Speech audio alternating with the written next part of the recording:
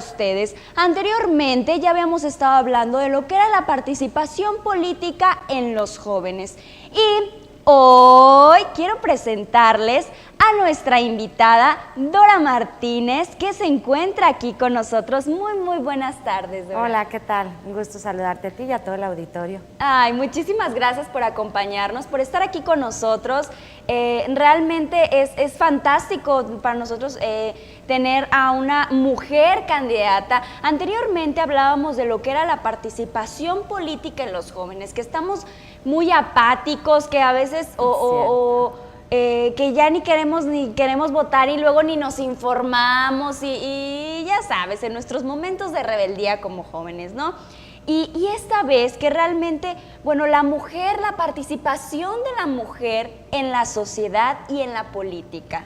Pues mira, yo me siento muy contenta de ser candidata del PAN, un partido que les abrió los espacios a las mujeres, que fuimos de los primeros partidos que estuvimos insistiendo sobre la participación de mujeres y bueno, que ahora gracias a esos esfuerzos de mucha gente, de muchas mujeres muy valiosas y también de muchos hombres que reconocen en nosotros cualidades y habilidades, hoy tenemos una ley de paridad que permite que podamos competir en igualdad de circunstancias, hombres y mujeres, para llegar al Congreso, cosa que a mí pues me hace muy feliz, muy feliz. Y bueno, lo que decías de los jóvenes, la participación de los jóvenes, mira, desafortunadamente también como joven lo digo, en muchas ocasiones los políticos le hemos quedado mal a los jóvenes y que por esa desconfianza y por esa rebeldía yo quiero reconocerles que los jóvenes tienen dos cosas que a mí, o dos cualidades que a mí me motivan mucho y que creo que los políticos tendríamos que cada vez tenerlas más. Primero esa rebeldía, que pudiéramos ser un poco más rebeldes y decir esto es lo que yo pienso y esto lo voy a defender hasta las últimas consecuencias, no me importa si mi partido me respalda o no.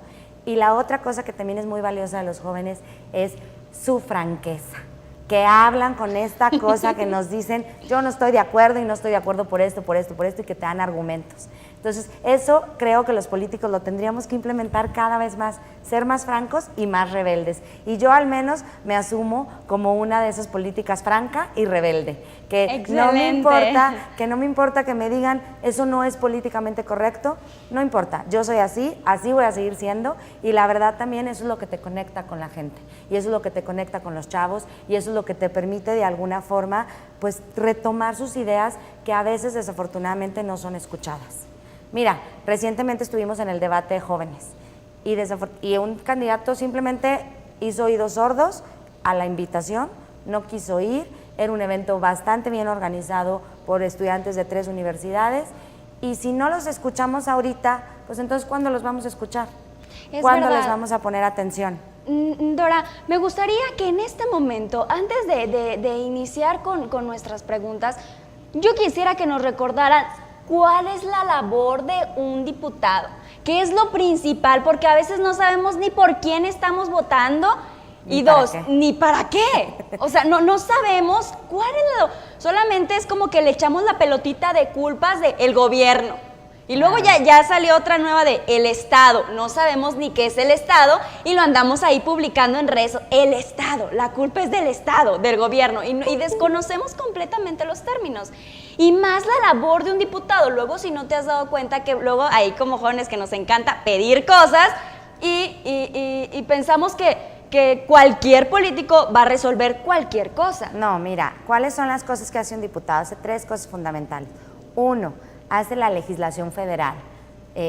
Todas las leyes federales, las reformas a la Constitución, las reformas a leyes federales, esa es la obligación de un diputado federal. La segunda, asigna dinero, presupuesto, para programas sociales, para los órganos del Estado, eso sí, los órganos del Estado, para también para los poderes públicos, para los estados y municipios o las entidades federativas y los municipios, que es el término más adecuado, y luego les fiscaliza ese dinero a los estados, a los programas, a los órganos del Estado, revisa, te di tantos pesos, cómo te gastaste los tantos pesos y si te los gastaste en lo que debías o no. Esas son las 3 funciones de un diputado. Esas son las que nos mandata la Constitución, esas son las que nos dice, tú estás obligado a hacer esto y esto y esto. Esas 3, las que acabo de comentar. Luego, Dora, como tú dices, nos piden que pavimentemos la calle. Pues no nos toca a los diputados. o que cambiemos la farola. No, me da mucha pena, pero no nos toca a los diputados. Y yo siempre se lo digo a la gente, porque luego me dicen, oiga, pero es que usted... No, a ver, yo le hago lo que a mí me toca. Lo más que puedo hacer por esas cosas es ser un gestor, pero soy un gestor igual que cualquier otro gestor que pudiera existir. Dora, y yo lo acepto porque yo soy ciudadana y soy parte de la sociedad que de repente, bueno, no sé si te ha tocado, me han dicho, me han contado que de repente así como andan ahí por las casas y luego, oye, quiero una tablet, quiero una computadora, quiero cosas así. ¿Te ha pasado esto? Me ha pasado eso y yo de entrada se los digo, a mí no me toca regalar ni tablets, ni computadoras, y además también en esta época de campaña, hay que decirlo también francamente, muchos políticos utilizan esas cosas para comprar las voluntades de los jóvenes y no se vale. ¿Por qué? Porque lo que necesitamos es generar una cultura cívica, no una cultura de dádivas, donde por una tablet o por una computadora el voto es de uno. Entonces, yo tampoco, me lo piden, sí, pero no por eso lo hago. Excelente. Dora, ¿qué crees que es lo que necesita Saltillo y nuestro estado en la próxima legislatura? Mira, necesitamos dos cosas súper importantes. Primero, desarrollo económico, que tiene que ver con que haya mejores condiciones de crecimiento económico para Coahuila. Desafortunadamente en Coahuila no tenemos buen desarrollo económico y no tenemos buen desarrollo económico porque no hay buena seguridad. Y entonces eso está vinculado, pero además también no tenemos buen desarrollo económico porque tenemos una deuda que nos ahoga. Y esa deuda, la segunda cosa que necesita muchísimo Coahuila es rendición de cuentas. Esa deuda la tenemos sin tener claridad de en qué se gastó. Todo el mundo nos dice que en puentes, pero la verdad es que vemos puentes más padres en otros lados y no costaron ni siquiera una cuarta parte de lo que costaron aquí. Y necesitamos rendición de cuentas. Eso es lo que necesita Coahuila en la próxima legislatura, pero además también necesita otras muchas cosas, como por ejemplo que haya un control al endeudamiento de los estados y municipios, que no nos endeudemos más de lo que ya estamos, y para eso necesitamos un control desde la federación. Necesitamos también, como te decía yo, que se mejore la calidad de la educación. Coahuila tiene un problema muy serio de educación, y sobre eso, si quieres, en un ratito más comentamos, porque sé que es una preocupación de muchos de los jóvenes, de muchos de los jóvenes que nos dicen, oye, yo quiero seguir estudiando y no tengo la posibilidad, pero además no solo no tengo la posibilidad, teniendo la posibilidad no me garantiza eso tener un empleo. Y ahí es donde también tenemos que poner un énfasis como diputados o como candidatos a diputados federales, porque no hay un vínculo entre la parte educativa y la parte de trabajo. Las empresas no están vinculadas con los ámbitos de la educación y entonces tenemos carreras rebasadísimas donde no necesariamente hay espacios en los empleos y viceversa también. Necesitamos de repente algunas cosas muy específicas para algún tipo de empleo y no hay quien lo pueda hacer porque no tiene la preparación educativa. Entonces ahí la propuesta concreta de Dora Martínez es vincular a las empresas o a los empleadores con la educación para poder decir, oye, yo necesito un ingeniero mecánico de estas cualidades o de estas calidades, o yo necesito un abogado especialista en tal materia, o yo necesito un médico en tal tipo de cirugía. ¿Para qué? Para que cuando salgan de verdad puedan encontrar mucho más fácilmente trabajo. Dora, yo quisiera saber, centrarme completamente en el punto de la educación. Muchos de los jóvenes ya reconocemos que la base de toda una cultura, de todo es la educación. Sin y duda. yo también lo considero así. Sin duda. Y muchos ya lo distinguen, ¿no? Mínimo ya lo localizan el punto. Pero no sabemos cómo darle solución. ¿Tú realmente crees que haga falta más escuelas o mayor calidad en las escuelas?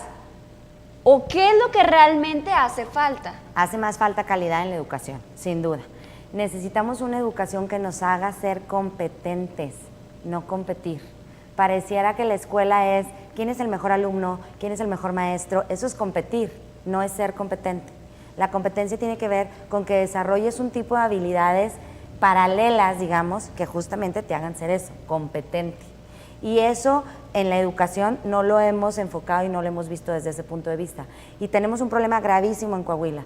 En Coahuila se pagan irregularmente, al menos en las primarias, en la educación primaria, en la educación inicial y primaria, se pagan 11,800 pagos irregulares. ¿Qué quiere decir pagos irregulares? Pagos a gente que no está trabajando, que son aviadores, que son incluso comisionados, que no están frente a grupo, incluso gente fallecida.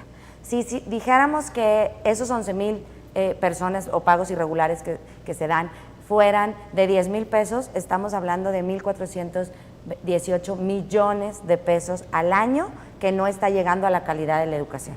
Y eso es solo, como decía, en la educación primaria. No sabemos cuánto dinero hay en las universidades públicas y en qué se gasta, porque las universidades públicas no tienen esta transparencia que ahora se tienen con la reforma educativa que se hizo, pero eso es a donde tenemos que enfocarlo, para ver en qué se gasta y si se está haciendo de calidad, porque hay mucho, de qué dinero hay, nada más no sabemos claramente cómo se usa y en qué se gasta, y entonces no podemos calificarlo si es de calidad o no es de calidad. Por eso mi propuesta concreta tiene que ver con que podamos transparentar todos y cada uno de esos recursos para que podamos saber en qué se gastan y si están mal utilizándose, se les quiten y se utilicen en otra cosa.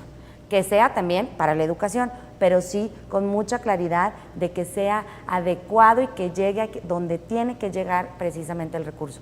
¿Cuántas veces no sabemos en qué se gasta y se necesitan becas? O se necesitan becas incluso para los maestros, para que los maestros se preparen mejor, para que los maestros tengan mejores habilidades y puedan enseñar mejor a sus alumnos. Ahí tenemos que poner el énfasis y ahí tenemos que insistir, y esa es una de mis propuestas como candidata a diputada federal. Excelente. Dora, también con relación a eso, lo que es el tema de la educación y muchas de las personas, como ya lo comentaba anteriormente, creemos que la educación es la base de todo. Es cierto. Hay otro punto. Bueno, ya nos estás mencionando cómo puede ser la solución, ¿verdad?, de la educación competente.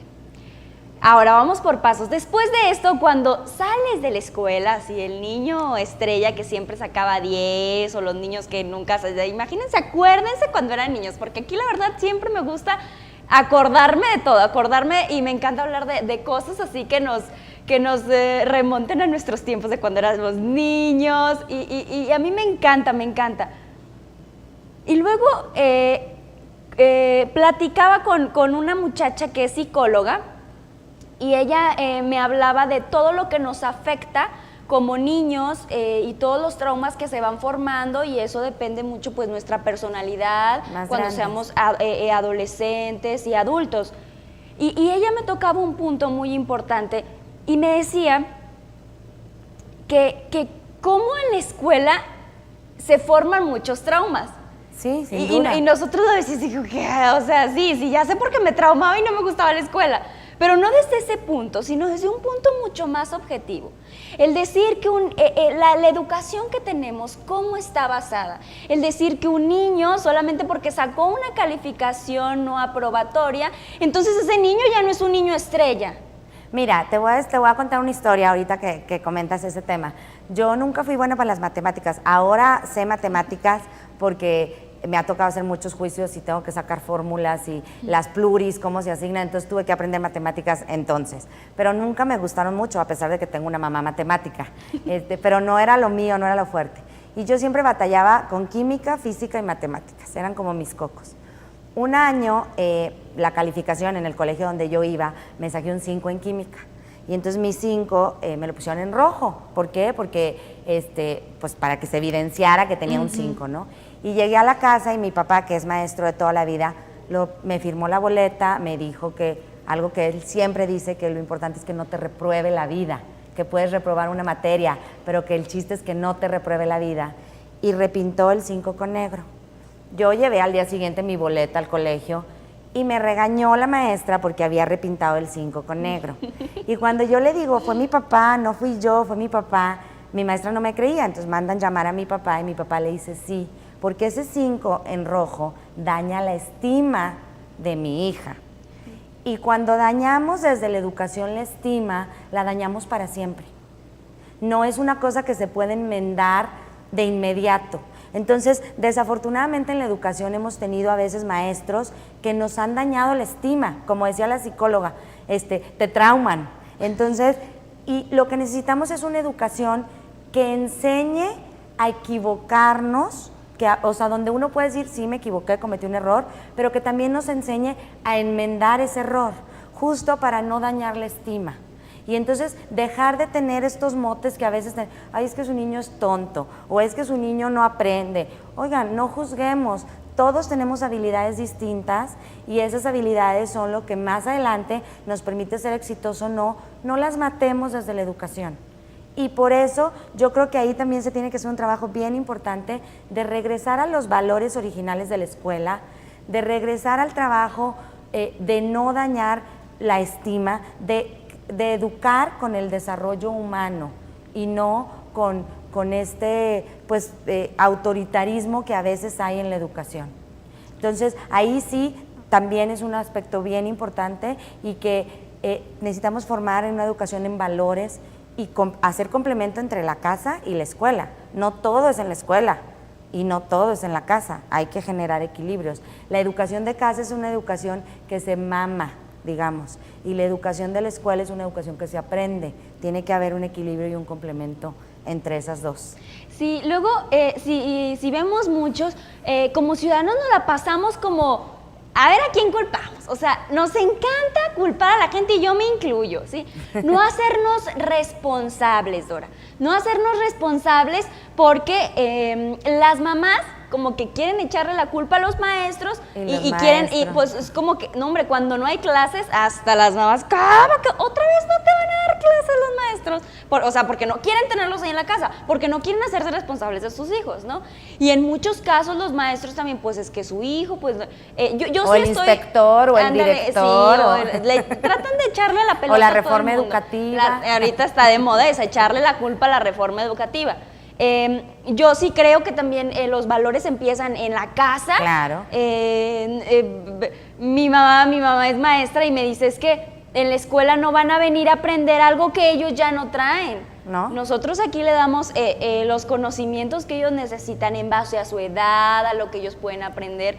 Pero hay cosas con las que ellos ya deben de venir y es verdad, ¿no? El punto yo creo que aquí es hacernos responsables. Dora, y hablando de la responsabilidad, ahorita actualmente hemos estado viendo noticias que la verdad, o sea, no hombre, dices, ¿cómo puede existir esto en relación con los menores, no? Sí. Con niños que si los niños secuestraron, que estaban jugando al secuestro, que si otros niños violaron a sus primas, que sí, o sea, fue un boom estos días de noticias así, ¿no? Muy tristes. Muy, muy tristes. En esta cuestión, ¿es responsabilidad de las autoridades arreglar esto? Mira, me parece que es de las autoridades y de los ciudadanos, porque a fin de cuentas, con lo que tú decías hace un rato, ¿qué debieron de haber vivido estos niños o en qué entorno familiar vivían estos niños que creyeron que era sano jugar al secuestro? Ahí hay una parte bien importante que sí es responsabilidad del Estado, pero también es de los ciudadanos. ¿Y dónde es la responsabilidad del Estado? Yo la quiero dejar bien clara, en fortalecer el tejido social. Hemos perdido como Estado el fortalecer el tejido social de la ciudadanía y lo hemos perdido pues porque faltan recursos económicos, porque las familias tienen ahora que salir a trabajar y mucho tiempo están los chicos o los jóvenes solos, porque hay que resolver otras cosas antes que enfocarnos en la familia. Y yo creo que ese es uno de los problemas que tenemos como Estado. Tenemos que regresar a donde la familia es el centro y la base de todo, del Estado, del municipio, de la federación, de todo. Y partiendo de eso, reconstruir un tejido social, darles condiciones económicas a la familia que indirectamente nos van a dar condiciones de seguridad, pero además también la parte educativa que hablábamos hace un rato, que sí también le compete al Estado. Entonces es como de ida y vuelta, la responsabilidad sí es del Estado, pero también es de la ciudadanía de poner un alto y decir, yo le voy a dedicar, a lo mejor no voy a tener el gran cantidad de dinero, pero le voy a dedicar tanto tiempo a mis hijos y más que darles una gran cantidad de tiempo es calidad de tiempo, porque yo tengo una mamá que siempre trabajó, siempre trabajó y yo puedo decir que a mí no me faltó nada, ni su amor, ni nada de esas cosas. ¿Por qué? Porque el tiempo que estaba conmigo era calidad de tiempo, era para mí y para mis hermanos y además había tiempo para ella también y había tiempo para mi papá, y entonces lo importante es la calidad del tiempo y no la cantidad del tiempo. ¿Cuántas mamás están todo el día con sus hijos y los hijos les brincan en las cabezas y ya, como tú dices, los quieren mandar a la escuela o los quieren mandar a la clase de no sé qué o los quieren mandar a la clase de no sé cuánto, con tal de no hacerse cargo de ellos, con tal de no compartir con ellos un espacio que los niños también necesitan? Dora, con todo esto que está pasando, que con todos estos menores de edad que, bueno, con nuestra legislación, ¿verdad?, que nos dice que son menores de edad y que tenemos un estado muy proteccionista con esta cuestión de los derechos humanos y bueno, yo que leí acerca de ti, que tú estás así completamente enfocada en temas de derechos humanos. Sí, en lo de derechos humanos. ¿Realmente crees que sea necesario también una legislación para estos menores? Evidentemente necesitamos una legislación especializada. Mira, recientemente se hizo una adecuación justamente para menores infractores, así se les llama a estos chiquitos. Pero en muchos de los casos lo que ocurre es que cuando llegan a las instancias, pues llegan chiquitos, sí con situaciones de mucha gravedad de lo que han hecho, pero en lugar de que se vuelva un lugar de reconstrucción personal, de poder volverse ciudadanos de bien, se vuelve una escuela del crimen y salen corregidos y aumentados. Entonces necesitamos enfocar esa parte de sí la sanción a menores infractores, pero cuidando mucho que se les permita sanar las heridas, porque muchos de estos niños tienen unas heridas profundísimas, producto de la violencia, del abandono, del hambre, de un chorro de cosas. Entonces necesitamos que esos lugares sirvan justamente para sanar estas heridas y para hacerlos hombres de bien, no para hacer los delincuentes profesionales como muchos de ellos salen. Entonces, creo que ahí es donde tendríamos que poner mucho cuidado y mucha atención, justamente para que estos niños puedan sanar, como digo, y desarrollarse y tener un verdadero desarrollo humano, y que cuando salgan también tengan mejores condiciones de como cuando entraron, porque a veces salen pues ya con una ficha negativa de que estuvo ahí y dime quién le da un empleo. Entonces ya los vemos como feitos, cuando la gente también tiene la posibilidad de mejorar y de tener buenas experiencias habiendo aprendido de una mala experiencia. Y tú como legisladora, ¿qué propones para que esto sea una realidad? Por eso te decía yo que tenemos que trabajar en el tejido social. Necesitamos fortalecer todo lo que tiene que ver con programas sociales, pero no asistencialistas, sino verdaderos programas de desarrollo personal y de desarrollo económico de las familias. Entonces, eso propongo, en primer lugar, que hacia allá vayamos en el énfasis. Y en segundo lugar, también propongo que pudiéramos tener dentro de estos espacios de menores infractores esa parte que a veces se nos queda fuera, que es la parte de ayudar a sanar estas heridas que pues en muchos de los casos ni siquiera atención médica o atención psicológica tienen. Entonces, hacia allá también tenemos que poner esta parte. Y bueno, resolver otro tipo de cosas, resolver la parte económica de las familias, resolver la parte de empleo, resolver la parte de seguridad, porque están íntimamente ligadas, y que todo esto fortalece el tejido social. Tenemos también que fortalecer las leyes para las familias. Hoy no tenemos como una ley de familia, y la familia pues es la base de la sociedad, como ya lo dije antes. Excelente. Y bueno, ya para finalizar, ahora sí, con la cuestión de los empleos, que todo el mundo es como que también es a un político y ya queremos hablarle, sí, de empleo. Yo he escuchado a mucha gente que dice, o sea, a mí no me des, y a mí me da gusto la verdad cuando hay gente que lo dice, a mí no me des una despensa, a mí no me des, ni tampoco necesito que me des dinero, o que una tarjeta, o que una ayuda, pero dame trabajo, y hay mucha gente que lo está pidiendo. ¿Qué crees que sea necesario en la cuestión de legislación para unir a lo que es a Coahuila con las fuentes de empleos? Mira, lo primero que nada necesitamos echar atrás esa reforma fiscal tan dañina y tan tóxica que dejó sin empleo a mucha gente, y a los empleadores les puso también un poco la pata en el pescuezo y no los dejó generar más empleos. Entonces, la propuesta concreta del PAN es poder echar atrás la reforma fiscal que votamos en contra, que fue el único partido que votó en contra, echarla para atrás para incentivar el empleo y no para generar empleos mal pagados, ineficientes, incluso informales, porque ahora ya vemos que por esta reforma, pues mucha gente te dice, yo prefiero ya no trabajar horas extras, porque me las pagan a la mitad del tiempo por los impuestos. Y entonces en lugar, hay la posibilidad de trabajar, porque tan es la posibilidad de trabajar que son horas extras, pero la gente ya no las quiere. ¿Por qué? Porque cuando antes se peleaban por las horas extras. Ahora ya nadie quiere las horas extras y entonces estamos generando un digamos, incentivo perverso para las empresas. Ya, o bien te contrato no formalmente, ¿para qué? Para que de esta forma no tengas que pagar impuestos, pero también no tienes todas las prestaciones de la ley. Y entonces la propuesta concretita para generar empleo tiene que ver con echar atrás la reforma fiscal. Eso es lo que en el PAN queremos. Y queremos que haya más empleos, pero también de mejor calidad, mejor pagados, con mejores salarios. Excelente. Bueno, muchísimas gracias por estar aquí con nosotros. Hombre, gracias a ustedes por la invitación. Público querido, pues desafortunadamente ya se nos acabó el tiempo.